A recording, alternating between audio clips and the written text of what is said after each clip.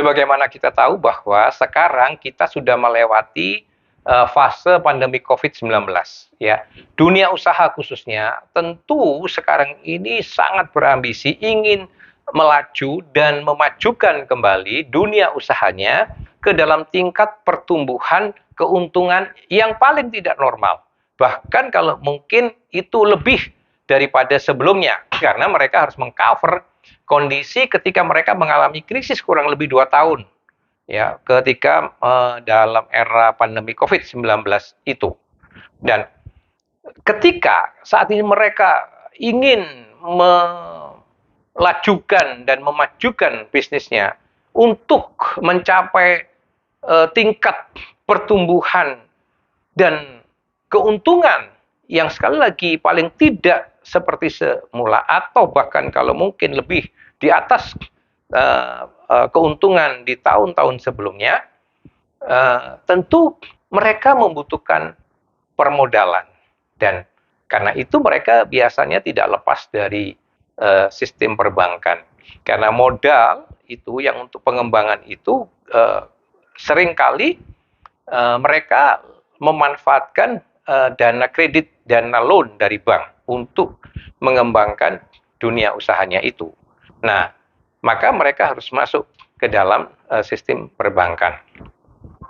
Artinya, mereka memiliki kecenderungan sekarang pinjam uang dari bank. Ya.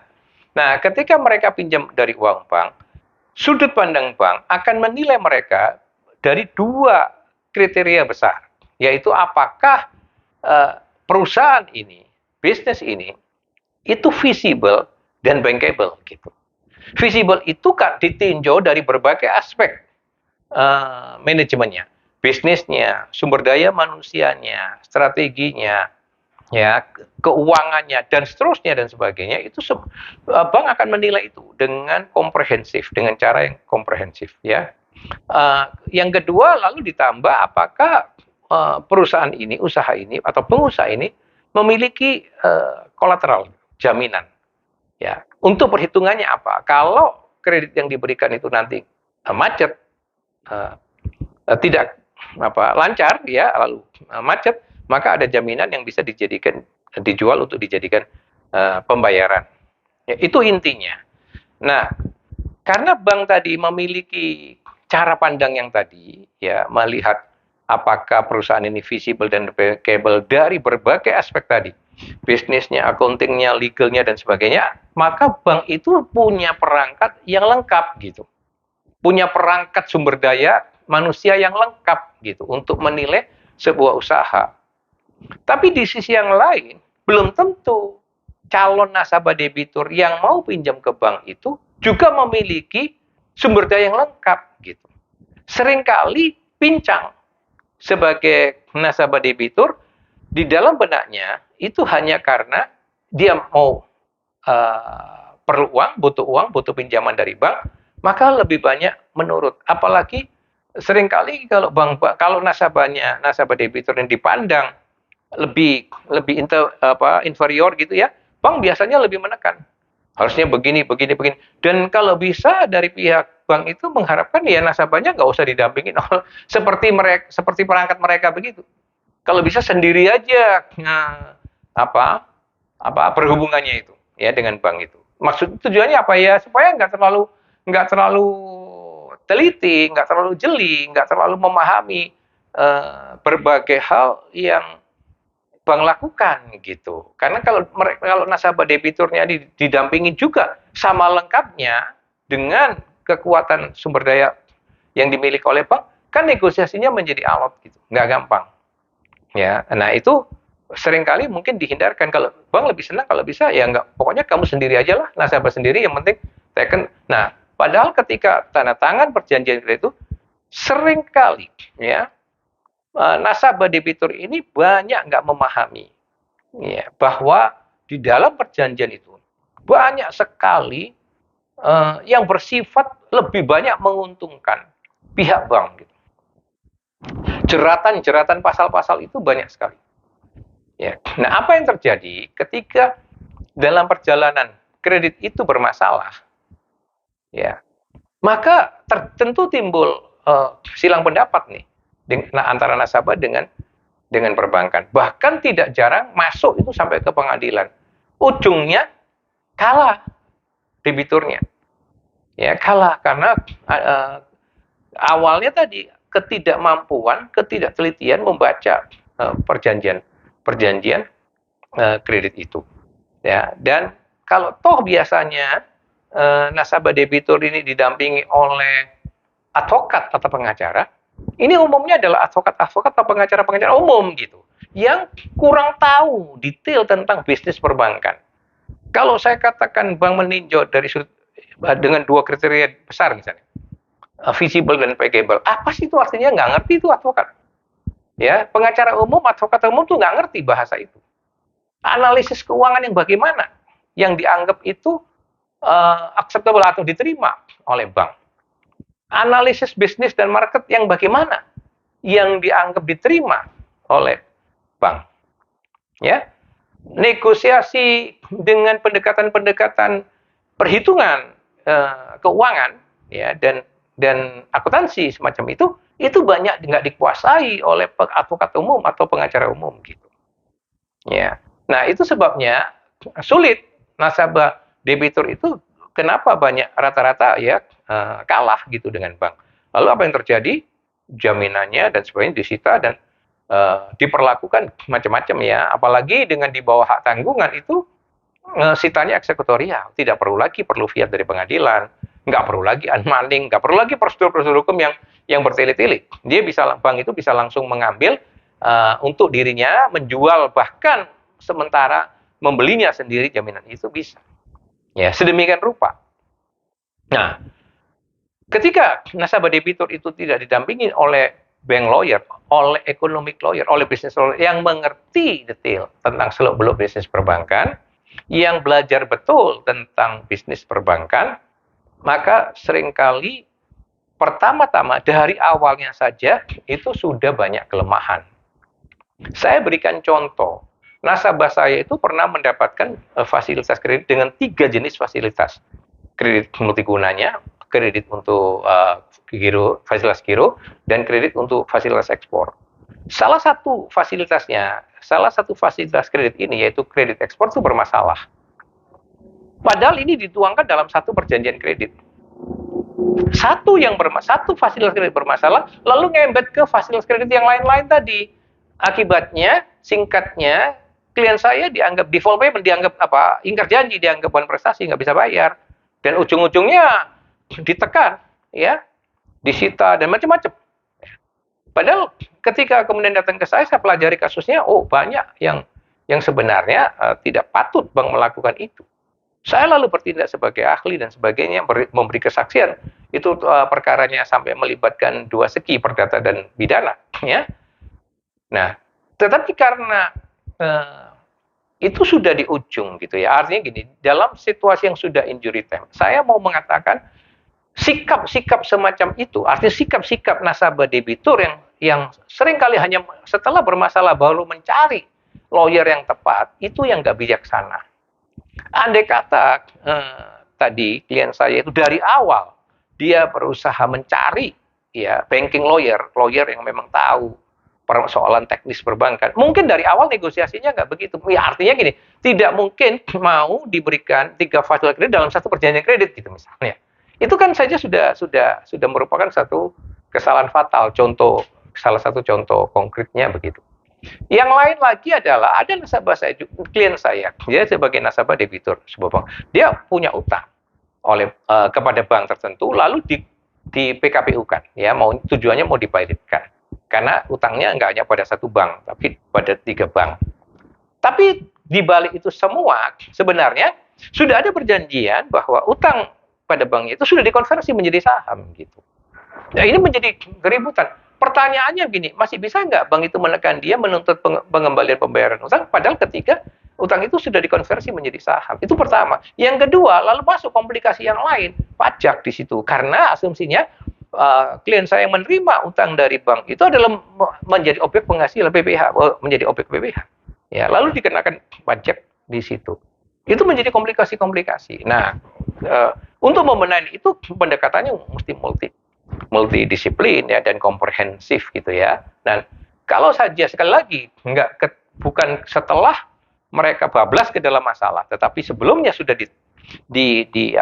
diberi pendampingan oleh bank lawyer gitu ya, oleh economic lawyer yang mengerti bisnis perbankan dengan baik, mungkin kasusnya tidak sekomplikasi itu dan tidak memakan waktu dan biaya yang besar, ya, waktu yang berlarut dan biaya yang lebih besar. Misalnya begitu. Itu sekali lagi sikap bijaksana dari nasabah bank.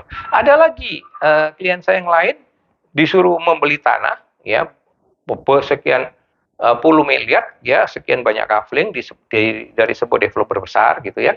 Itu masih tanahnya berupa kafling gitu. Sertifikatnya masih sertifikatnya milik developer, belum terbagi-bagi. Sudah disuruh BPJB, disuruh kasih DP, secara lisan diberikan jaminan bahwa udahlah nanti bank dia yang bantu pasti akan diberikan kredit, bukan KPR ya, kreditnya adalah kredit kepemilikan tanah. Bayangkan. Nah, lalu ketika ini juga setelah memberikan DP sekian puluh miliar gitu, datang ke saya. Setelah saya review perjanjiannya, saya memberikan opini. Itu berbahaya. Kata jaminan lisannya bahwa pasti ada bank yang mau memberikan kredit, itu tidak tercermin sama sekali di dalam perjanjian tertulisnya. Sehingga pertanyaan saya, kalau benar nggak bank-bank itu pasti mau memberikan kredit kepada orang ini, ya, ketika posisi tanahnya masih begitu.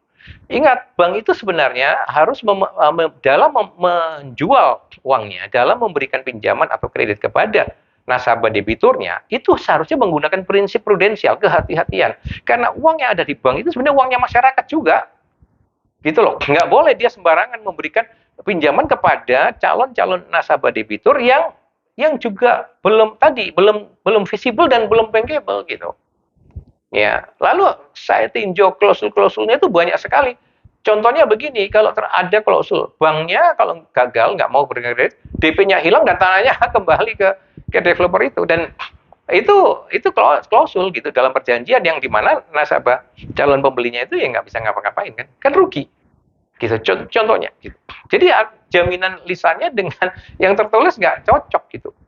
Nah, maka selamatlah di situ ketika saya berikan opini itu, ya akhirnya dibatalkan pembelian itu meskipun harus bermasalah sejumlah DP itu untuk memperjuangkan, tetapi relatif masih selamat daripada harus dia kena trap gitu ya. Oke, kemudian menandatangani perjanjian, lalu lebih celaka ternyata banknya tidak mau memberikan kredit kepemilikan tanah itu. Ya, sesuai dengan klausul yang ada di perjanjian itu, DP hilang dan tanah kembali kepada developernya. Jadi itu beberapa contoh-contoh konkret di dalam praktek perbankan yang banyak sekali nasabah-nasabah debitur ini kurang memahami hal itu. Ya, karena begini, biasanya otak atau mindset pengusaha itu hanya cuan oriented gitu. Yang penting dia dapat uang, dapat pinjaman dari bank, ya udah nanti bagaimana jalannya udah kita jalan aja. Itu banyak sekali. Ya, banyak sekali nasabah debitur yang cara berpikirnya seperti itu. Ya, nggak main praktis saja. Sekali lagi, jangan lupa, sisi bank tidak. Sisi bank itu sangat hati-hati, pendekatannya prudensial, kehati-hatian, lalu karena itu mereka dilengkapi dengan berbagai SDM yang lengkap tadi, ya, berbagai ahli yang lengkap tadi, ya. Nah, mereka menjual itu uangnya adalah sebenarnya uangnya rakyat, uangnya nasabahnya, gitu, bukan uangnya sendiri. Ya, jadi kalau ada resiko itu mereka juga bank itu bisa dituntut, gitu ya. Nah, tapi di sisi yang lain kan berbeda. Pendekatan calon nasabah debitur ini main gampang-gampangan, maaf kata, main naif gitu. Ya, seperti bodoh-bodoh saja, yang penting dapat uang.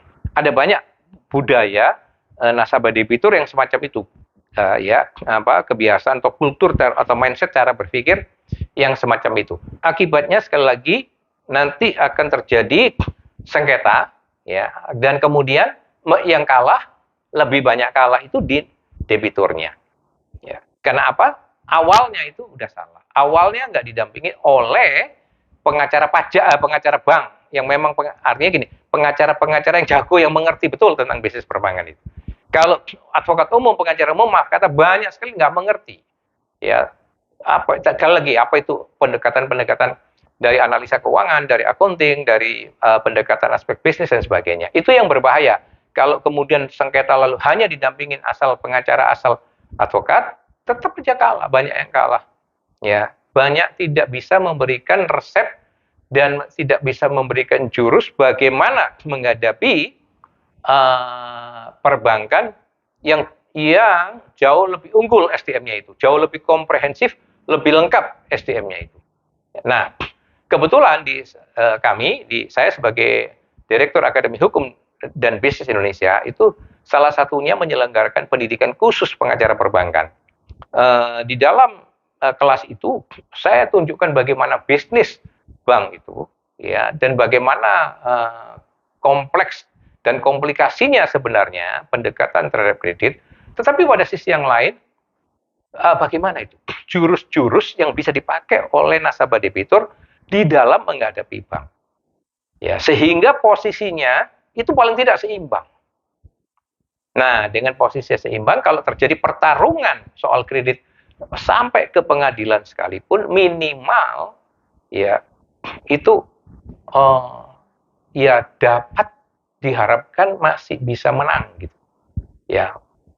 Karena dia tahu kita sudah membekali pengacara-pengacara ini dengan jurus-jurus, dengan ilmu-ilmu perbankan, sehingga mereka tahu mesti bagaimana berargumentasi, mengelaborasi kasusnya, dan mengargumentasikan untuk kemenangan kliennya sebagai nasabah debitur. Dan di sisi yang lain, bagaimana implikasi dari perjanjian kredit itu juga harus dipahami dengan cara yang fair, yang objektif. Bukan semata-mata hanya untuk menyerang, mengalahkan perbankan, tetapi juga harus dipahami dengan cara yang fair, yang adil, yang seimbang. Singkatnya, bagaimana pengacara-pengacara perbankan itu dibekali ilmu untuk bisa melakukan pendampingan kepada nasabah debitur secara profesional. Ya, itu pesan moral. Jadi dengan demikian, saya mau katakan adalah sekarang era dari para pengusaha itu untuk memanfaatkan dana perbankan yang luber itu, ya, tetapi di sisi yang lain tetaplah menjadi nasabah debitur yang cerdas, yang bijak, agar apa? Posisi Anda di depan perbankan, di depan bank itu paling tidak setara dan seimbang. Itu pesan bisnis saya.